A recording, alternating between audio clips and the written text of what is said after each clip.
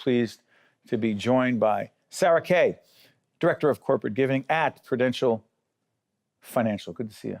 Thank you for having me. You know, there are a group of people, I believe we have 9 experts, 9 people committed to urban education all across this state, this nation. Prudential Financial committed to urban education, particularly in Newark, because? Well, Prudential's headquarters is here in Newark, New Jersey. We were founded over 140 years ago to really ensure that everybody has the opportunity to achieve financial security. And that opportunity begins with making sure that people have the right skill sets and that they're connected to quality jobs. And that begins with having a high quality education. And so for us, we strongly believe that a high quality education system is really important for a thriving city, of which we believe that Newark will become. It's also very important that it helps create pathways for economic mobility for underserved populations. For example, a high quality education could set them on the right pathway to get into a really good college or a really good career, whichever they choose to do, if they have the right fundamental basic skill sets that they learned in the K through 12 education. And it's inextricably tied to making sure that this nation has a skilled workforce. So at the core of it, we are a business and we want to make sure that we have the future workforce here in our headquarter cities of Newark, but also for these young residents to be able to go out wherever they want to go to in whatever location. So let me ask you something. What do you think some of the most significant challenges that urban students face really are?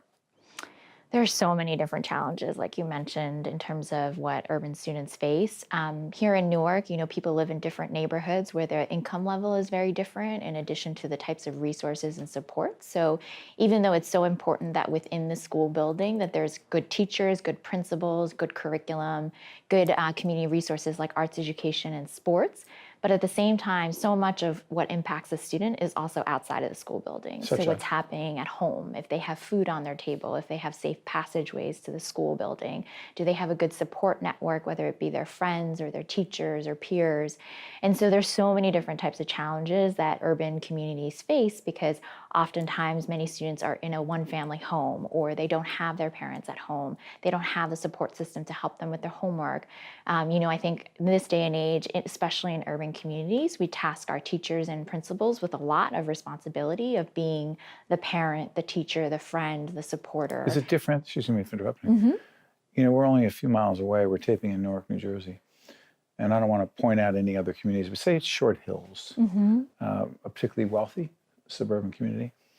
Do you think we ask more of principals, teachers, educational administrators, people who deal directly with urban students, whether it's Newark, Jersey City, Camden, et cetera? Do you think we ask more of them than we ask of others? It's not that we personally ask more of them. It's more expected. It's not, and again, it's not the expectations, but the teachers and the principals, they actually do more than the teachers and the principals in some of the suburban areas, just simply because of the nature of the community of where these students are coming from. The needs are greater. The needs are so much greater. Like I said, especially if they have only one family member at home who's working a day job and a night job, they don't have that support system to help with their homework. I mean, even in my friends that live in suburban communities, and they're trying to make that decision as to whether or not to send their child to a public school or private school, I always tell them the biggest difference is the resources that are at home. That makes a difference. Every public school teacher does their best, whether they're in the urban education or in the suburban area, but then there's so much more that the child faces in terms of challenges that can be help addressed at the home. And if they just don't have that stable home environment or they just don't have the resources there, then there is that difference that teachers end up doing more. Sarah, help us understand something. At Prudential Financial, there's also a foundation very committed to the Prudential Foundation. Give me a couple of examples of exactly what Prudential is doing to help Newark school children and Newark schools. I can give you a couple of different ways. The ones that jump out, by the way, go on their website. We'll put it up to find out more. Go ahead. Thank you for that pitch. We have a lot of investments that we've made financially. We support every superintendent that has come in to help run this school district. We've worked with the parents. For example, we support an organization, the Newark Trust for Education, that's really based on community members getting their input and really helping to understand what it means for the city to return local control. At the same time, we've made impact investments in creating cohesive communities, whether it be around charter school financing, Teachers Village. We were one of the leaders in that in providing financial investments. We invested over $65 million in that, but also really thought leadership in partnering with Ron Bates Group and then the architect. The developer. And just thinking about this concept of what does it mean to build this corridor where there are schools, there's teacher housing that's subsidized, and that there's retail space available. And so they don't necessarily feel like they are lacking in the resources and support. So we have a health clinic that's available there. We have a daycare center as well too.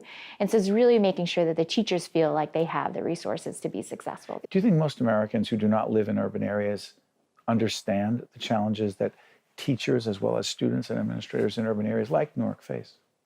And does that matter? I think there are differences of opinions. I think some people who may either have grown up in the urban area or have work experience or personal experience in urban areas are a little bit more familiar with the challenges. Sure. I would say broadly, though, probably people misunderstand the challenges that students face in urban communities. Hey, why can't they get their test scores up? Exactly. Or why can't they finish their homework? Or what's going on with the teachers? My kid does. Exactly. And it's really about... I don't mean that because ours don't very often, but right? Yes. And it's about the support systems that are really necessary for a student to be successful. And that support system is it's like a whole orchestra. You need every single player to be there, and it has to take everything from the teacher, the principal, the coaches if they're part of sports teams, the after-school communicators. The corporate community. The corporate community, public agencies, the city office, all of these individuals. That saying, it takes a village to raise a child, is even more true when you're in an urban community. Well, listen, Sarah Kay, who's the Director of Corporate Giving at Prudential Financial, thank you very much. Thank you for having me. State of Affairs with Steve Adubato is a production of the Caucus Educational Corporation, celebrating over 25 years of broadcast excellence.